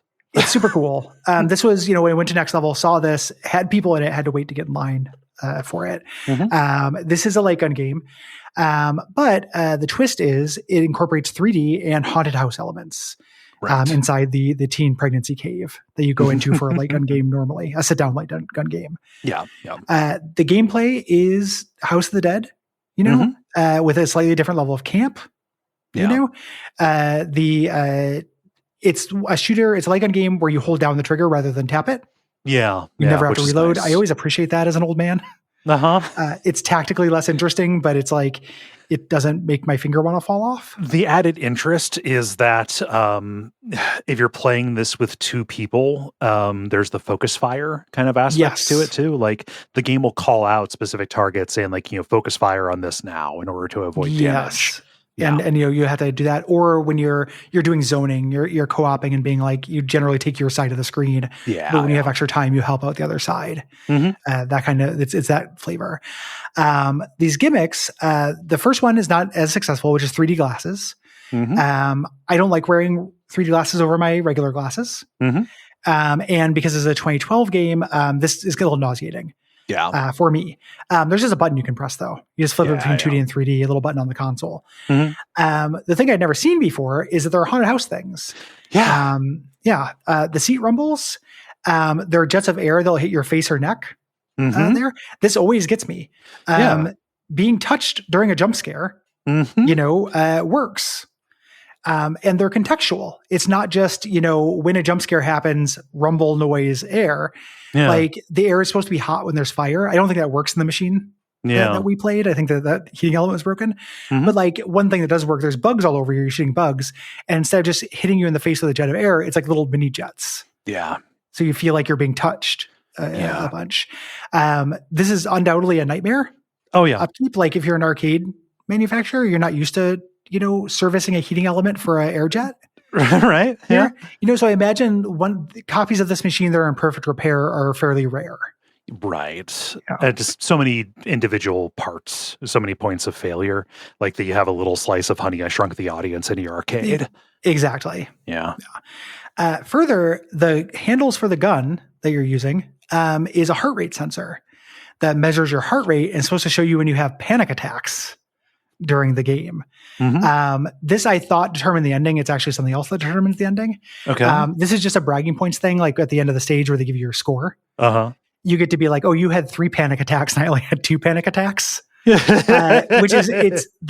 their vocabulary. I've only had a couple of panic attacks, but it'd be very funny if you measured a video game based on how many panic attacks you had. Like, oh, 2 panic attacks. My best video game session yet. I only like laid in bed under 70 blankets shaking. Yeah. Twice. Yeah. No, only 2 times did I consider going to the hospital because I felt like I was having a heart attack. Yeah. Yeah. Very cute. Also, because I think of these as teen pregnancy booths, I was thinking about 2 teens playing this game and getting each other pregnant. Yeah. While holding onto the things and seeing if it gave them panic attacks. Because it's one of the only ways you can get your heart rate measured inside one of these teen pregnancy booths. Yeah. Unless you bring your own equipment. With the Apple Watch, it's actually fairly regular. It's pretty easy now, actually. The future is now. The story, you and your partner have been kidnapped by this kind of leisure suit jigsaw. Mm-hmm. I keep in the notes, I keep calling Juggalo Jigsaw. I was typing Gigolo and it kept autocorrecting. Yeah. You also call him Sexy Jigsaw? He's also a little sexy because he's wearing a little like leisure suit there. So he gives you a gun, sends you into these terror-themed zones to fight his ghouls. Again, you don't have to reload. You're keeping pressure on. You're kind of juggling targets. And it does all of the light gun things. So enemies pop up right in front of you. They throw objects you have to hit out of the air, things like that. Yeah. I love the way this game looks. Like this is peak PS3 survival horror aesthetic. Very much so.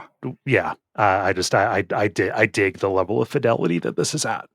It looks really good. So you're starting this, you're in a prison, escaping past all these zombie prisoners. They're big zombie guys. One of the things about the infection in this is that it's kind of plant related. And these big zombie guys have this kind of pistachio shell on their head. That is a vertical mouth that you have to shoot until it bursts open, like a pod, so you can shoot their heads. This will expose their weak points. And there's a gimmick in this where every level you reach 2 doors or a choice, one that will refill your health and the other one that is a trap. Yeah. The trap is a jump scare. Cool. It's not damage. That's cool. So like a bunch of wind comes out and then it blasts you in the face. And there's no boss to this. This is just a tutorial. There's a little buzzsaw that almost hits you in the face. There are tons of those 3D tricks. Every level basically ends with a sharp implement getting close to your face. I dig it. I don't know. I love the, old time 3D gimmicks, not, 2010s 3D cinema shit. It's super cool. I played this 3 times, which is ludicrous for an arcade game. Yeah. Like one because I wanted to show you, but then and one for this show, but like it's a cool game. Yeah. So you get to the next level, you pick up another weapon, the revolver, and Cool Jigsaw says, "Listen, I've been animating corpses." And it's like, I know, man. Yeah. So we go into this torture chamber where a bunch of ghouls are being tortured, and we're introduced to the next enemy, these 4-legged spider ghouls that come out. They're the ghouls that kind of crawl around on all 4s. Yep. There. There's a little scare in the middle where the lights go out. And you swap to the Magnum because it has a flashlight on it. This is really cool. You can only see where you're pointing. It's real neat in 3D. Yeah, looks neat. And eventually a bunch of bugs come out and stick to the screen. We have to shoot them. This is something in every light gun game. I hate that so much. It's really irritating. They even do that in like the newer Jurassic Park. They do. Sit down one. Jurassic I hate bugs. It. Yeah. So your companion falls into you and your companion falls into a pit. You go into this place where all the 4-legged guys are sleeping, and you attempt to sneak by. This is again very tense. But the boss busts through the window and wakes them all up, or a boss preview. Yeah, he busts through the window to kind of menace you, wakes up all the guys. Yeah, when you're in the middle of them. Yep. After you take them out, you fall through this corpse chute into the boss arena. This is a 4-armed crocodile with a vertical mouth, as you do. That charges at you, and eventually a second one comes in, like a belfry gargoyles. Yeah, it can burrow underground, but because you're not controlling your movement, you're not dodging. You're just shooting at the weak points. Yeah, and it pops up in novel ways. Yeah, exactly. And eventually, the story wise, you weaken a light fixture and then lure it under the lights so your companion can zap them. It's just instead of shooting the alligator, you're shooting the lights. Yeah. You just shoot where it tells you to point. There is, at the very end of this, there's a good little scare. A clock goes off. Or no, this happens in the next level, sorry. Yeah. Sexy Jigsaw gives you a different kind of revolver, and we go into his mansion. And we do a holding everyone off scene in the beginning. We're in the front room. Zombies are trying to get in through the windows, bursting through. Your companion is sealing windows while you're shooting zombies. It's pretty great. It's good. A clock goes off, a grandfather clock, and a zombie bursts through the floor. Like this, it's like a Resident Evil Mansion if they use zombies instead of foam insulation. I That is one of my favorite horror tropes, like just literally coming out of the woodwork. Yeah. Just like we were hanging out on the wall. Yeah. Like, there are tons of us because you go into this hallway and then just tons of zombie arms come out. Like way more zombies than you would expect to be. Like they'd have to be really uncomfortably close. Yeah. It's great. They have a fun little club in there. Yeah, it's great in there. No heroes allowed there. You go further into a lab, and we have the past the lab where there are going to be zombies and tanks. We're going to see a lot of this in a little bit too.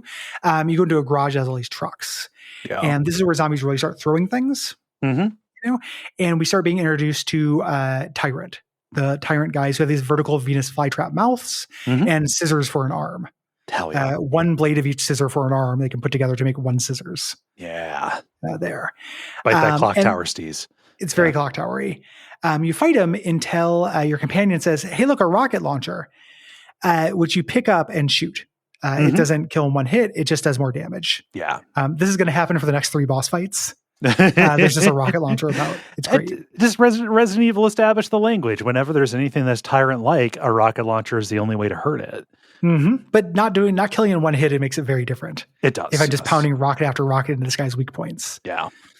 This has a little false ending. You think you've killed him, but he gets up and slams his scissors into the wall, so you can hit all his weak points at once. Yeah.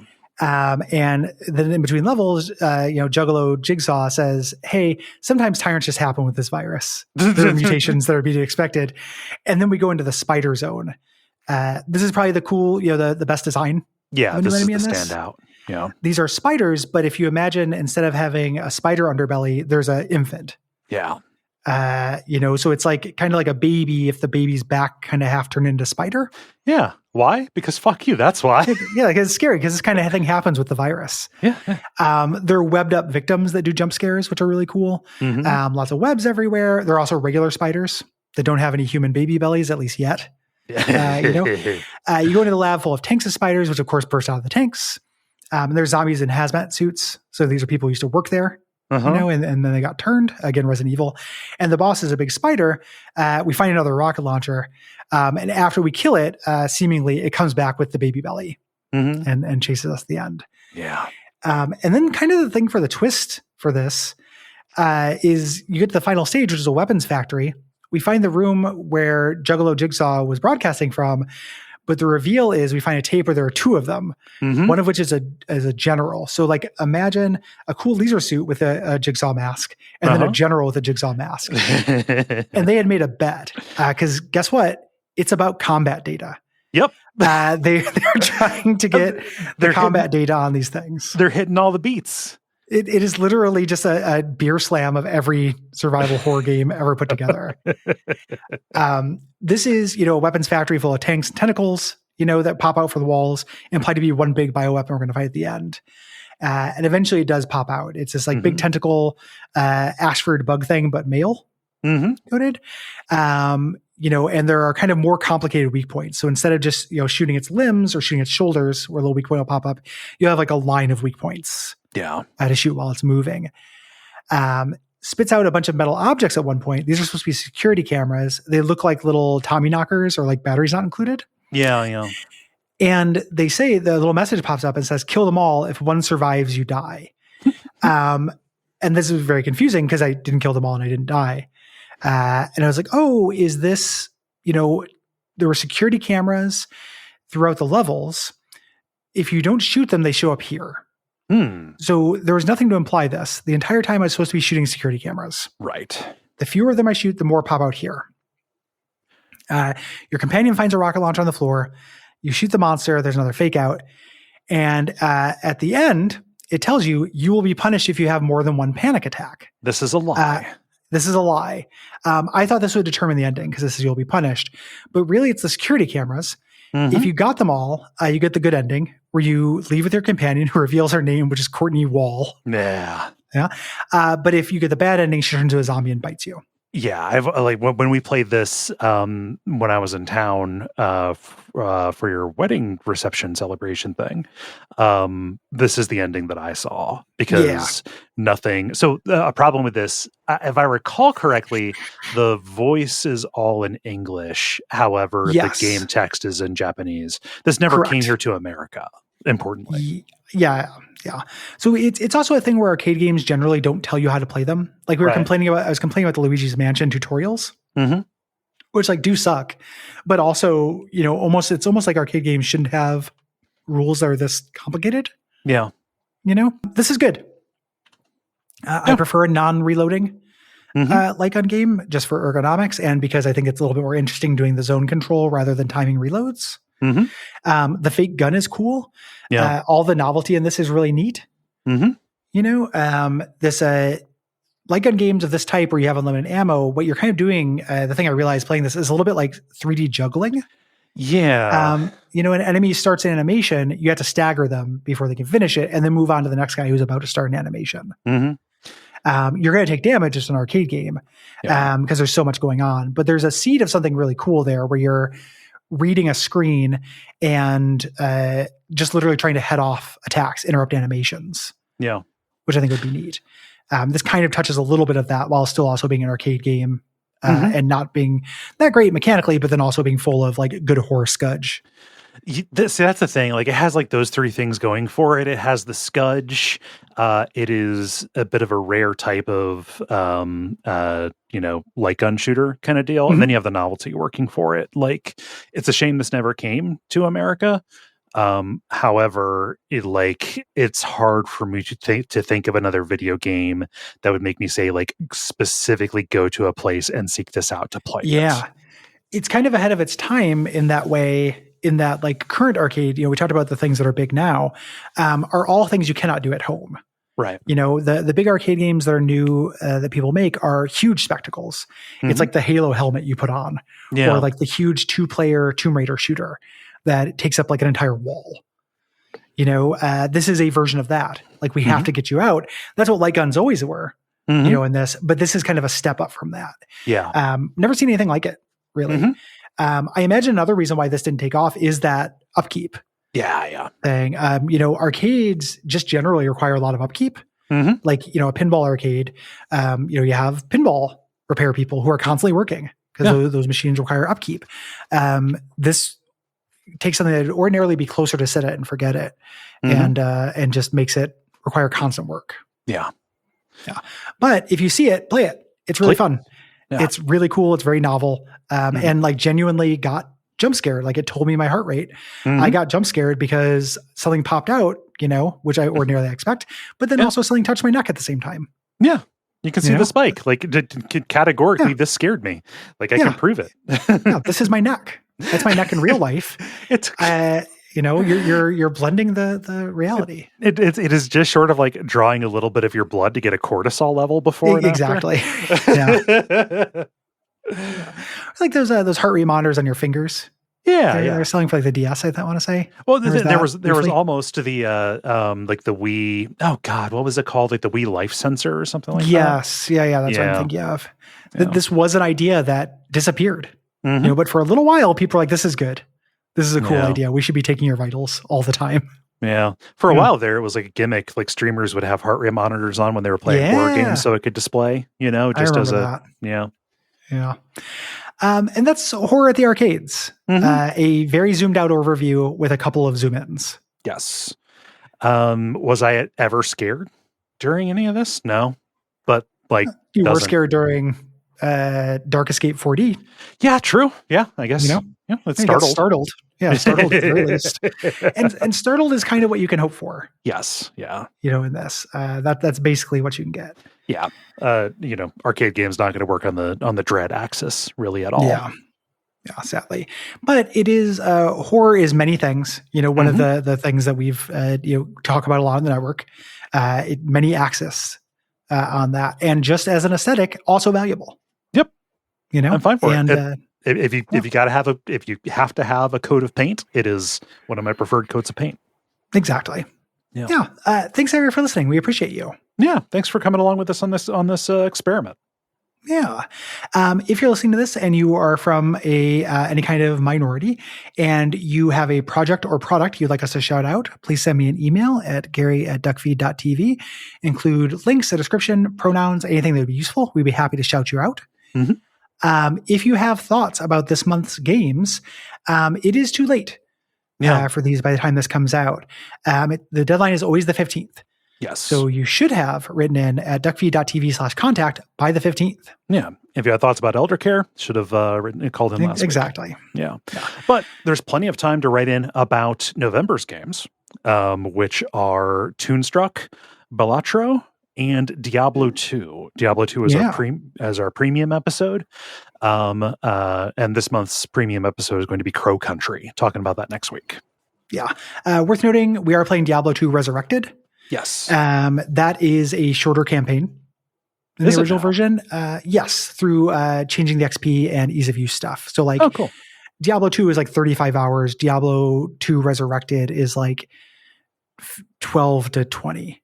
Oh, okay. Depending on what you do. So a little bank error in our favor, but it also just has a bunch of ease of use stuff. We'll talk about the original. I played Diablo 2 a bunch as a kid. Oh yeah, I played it back in the day. Yeah.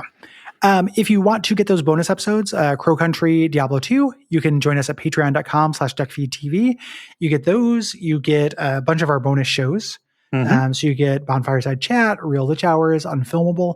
At higher levels, you get Adaptation Decay and Quack Stack. We think it's a really good value. And you can pop in now, and all the previous stuff is also available for you from those. Get in. Do it. $5. Yeah. And if you can't, we understand. Leave a rating or review wherever you can, whatever podcast directory you happen to enjoy. Do that there. Tell your friends. Talk about us online. All we have is word of mouth. Yeah. And join us in thanking our producer, Gwen. Thank you, Gwen. Yeah. And what should they watch out for until next time? Watch out for, oh no, Gary, a zombie's on fire. Yeah, he jumped out. Hot breath. Hot breath.